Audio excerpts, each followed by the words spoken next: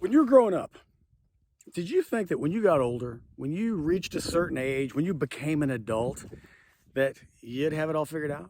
You'd have all the answers. You just know what's going on. You'd know what to do next. Yeah, how'd that work out? The reality is sometimes we don't know what we're doing. Yeah, there are some areas that you may be competent or capable.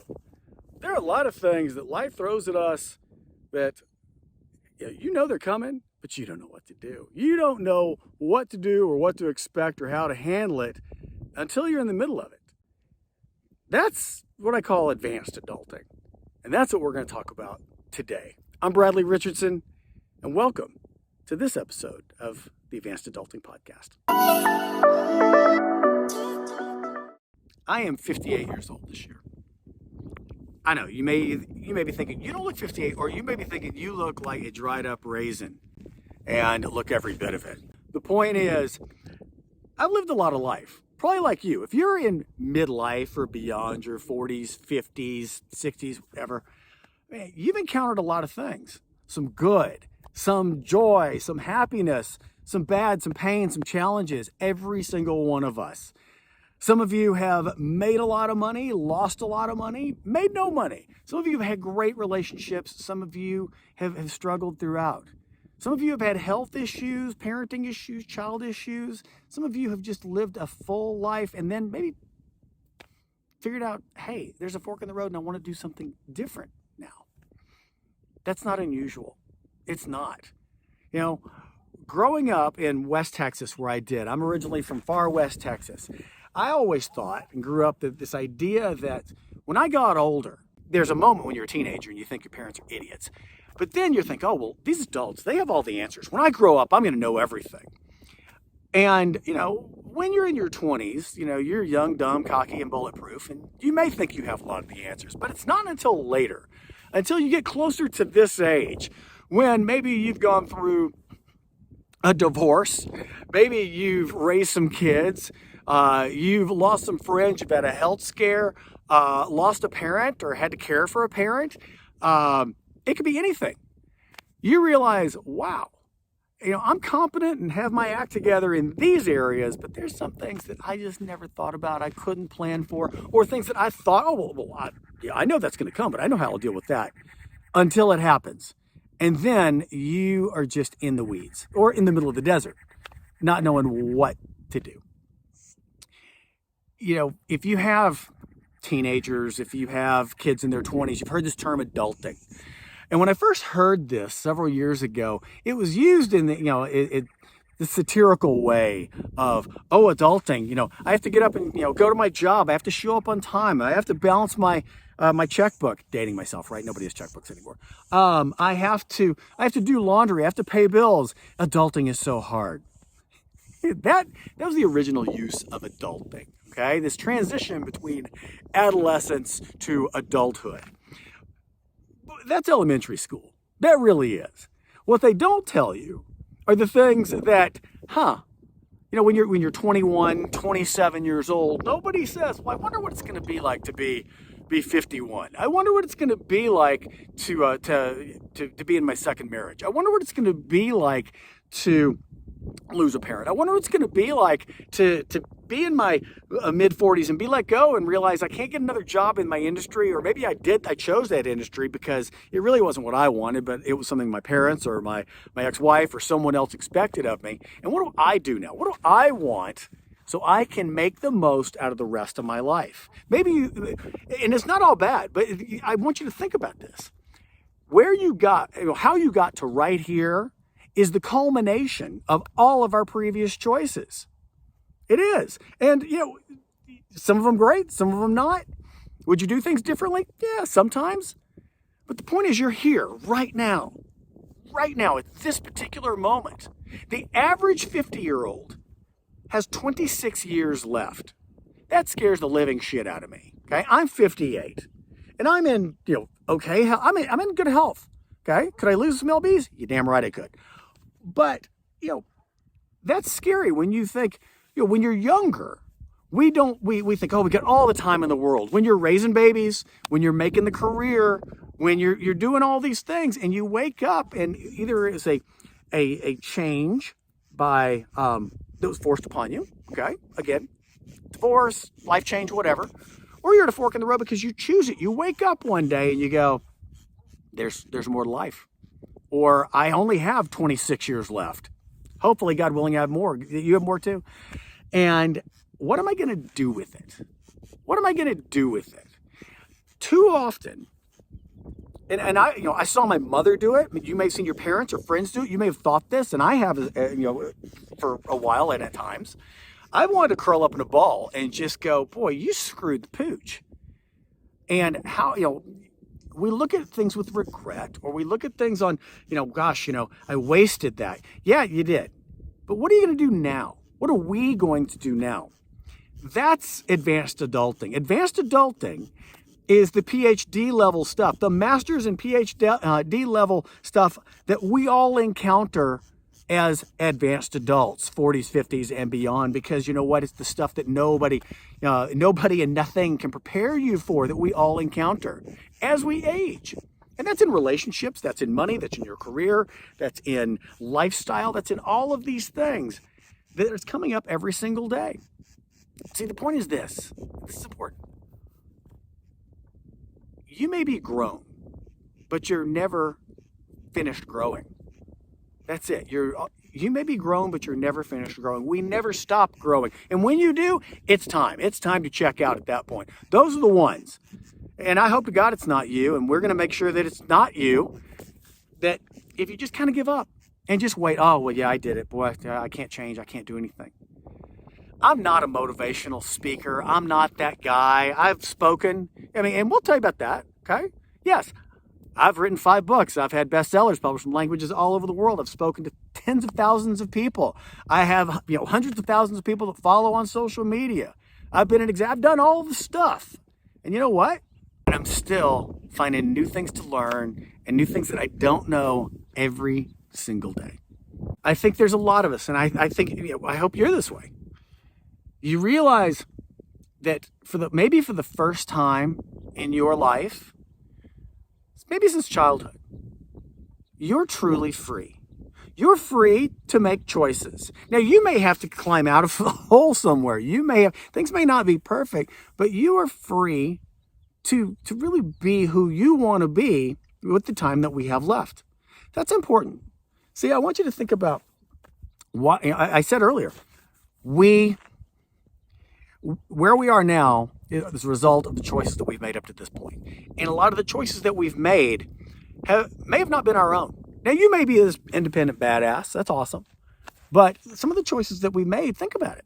When you were younger, everything from where you went to college, if you went to college, where you go to school, what you study, the career, where you live, the person you date or marry, any of these things. See, whether it is a parent, whether it is a spouse, friend, society, an employer, or whatever, religion, and it could be anything. Other things put labels on us. And we tend to buy into those sometimes because we aren't fully formed human beings. I go back to this adulting thing for folks in their 20s. You don't know what you don't know yet. It's not until later you're like, oh, okay. And so we make a lot of these choices based on limited information, or we choose, sometimes out of guilt or obligation, what someone else wants for us. Little sidebar here. I remember my youngest child. I have 3 kids in their 20s. And my youngest, before he went to college, he's a little anxious anyway. Okay, so he was worried about, hey, what if I go and I make the wrong choice on what to study or what to do? And he was upset about disappointing me or disappointing his mom or his grandparents. And I said, look, buddy, I'm gonna save you about 30 years. Okay, I'll save you about 30 years here. Do what you want to do. Do what you want to do.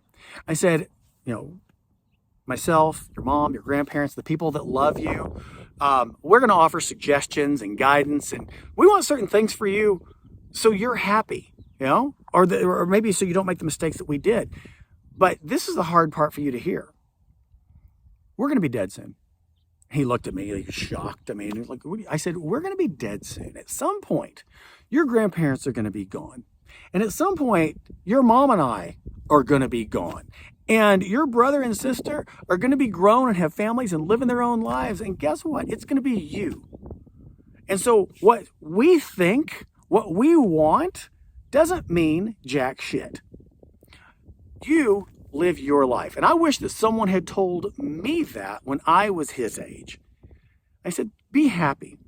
I said, we're going to make sure that you don't fall down, that you don't stumble, that you don't bust your head open, that you don't make some horrible life choice. But when we're gone, it's going to be you looking in the mirror, living your life. And they have. And I'm proud of them. And yeah, I'm proud. Look, I've been a great dad in some ways, and I've screwed the pooch in many others, but that was probably one of my favorite and best dad moments. And that advice applies to us, too. To us. Hey, we'll get back to this in just a second. But first, do you have older parents? Whether you care for them across town or across the country, you need to know about Jubilee TV. It's a great way to be able to stay in touch with your mom or dad, to help them out with any crazy technology and remote issues, but also is a great way to keep track of them and to communicate with them through your TV, regardless of location. Look, it's another way to show that you care and to give them and you some peace of mind. Check them out at Get Jubilee TV and use code ADULTING at checkout for $25 off. It's definitely worth it, and we're happy to have them as a sponsor of Advanced Adulting and the Advanced Adulting Podcast. Now, let's get back to it. Man, I've been divorced for a number of years, and I'm a pretty strong man, but you know what? I hung on to a lot of anger, just all the mental stuff. Okay, you have your own. Everybody's different, but everybody has their own stuff where you may have let a bad situation, whether it was a bad employer, a bad relationship, an ex, whatever. Someone did you wrong, something didn't happen, you didn't get something, and you hang on to it. If you watch Napoleon Dynamite, stupid movie, but you remember Uncle Rico? Uncle Rico, the super loser uncle there who lived in a van, and his whole thing was, oh man, if coach had only put me in my senior year, I'd been quarterback and would have gone to state, my life had been different. And here's this guy, 20, 30 years later, still hanging on to that. And you know what? It's funny and sad in that movie, and it's just sad in real life.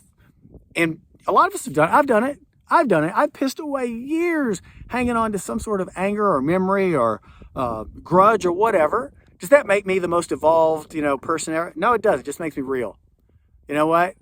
And part of advanced adulting here and why I'm in the desert, okay? Why this may not be the most polished thing ever is because I'm so tired of, everybody's awesome and has a six-pack and tons of money in the bank and a perfect ass and drives this and their kids are behaved. Life doesn't work that way. It doesn't. It doesn't, okay? I know people who are legit celebrity household names.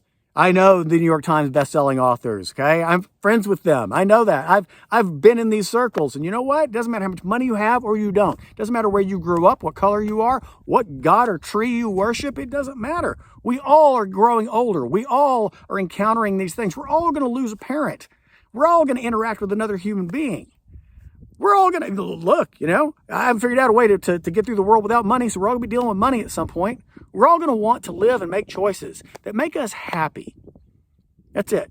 And happiness is a subjective thing. That's up to you.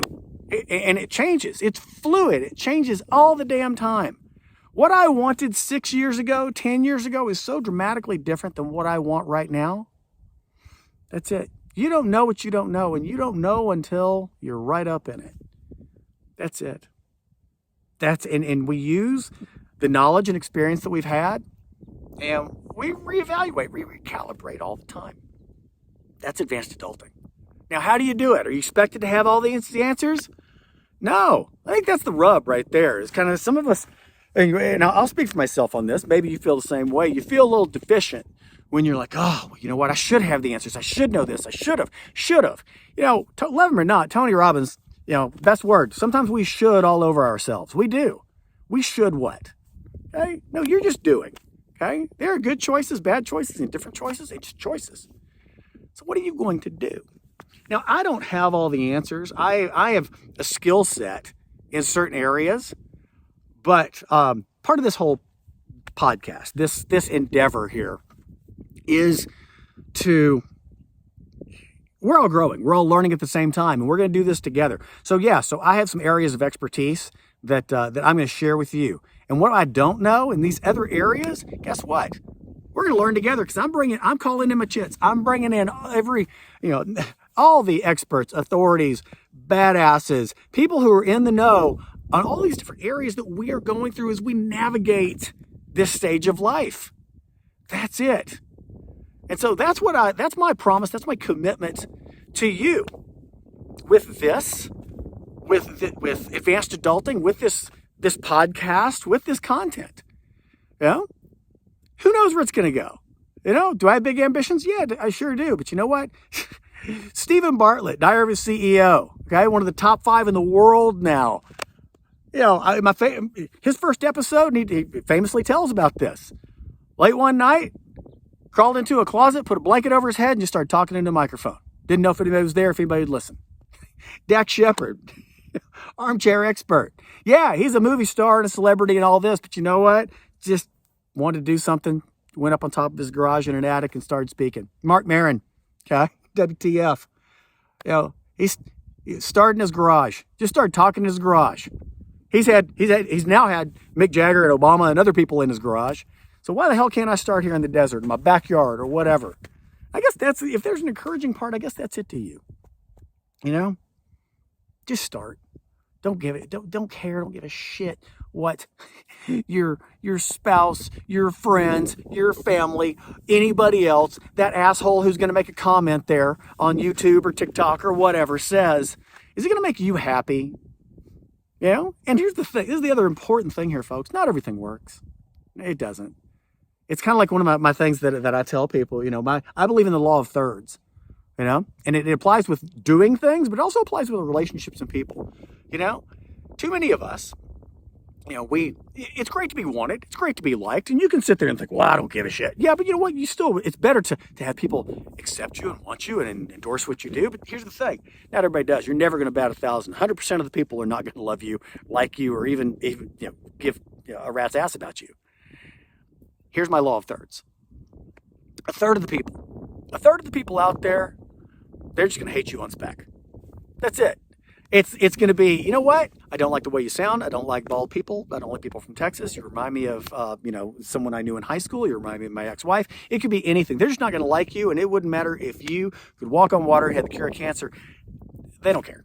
Nothing you can do. So why do we, and we gravitate towards those people, don't we? Well, why don't you like me?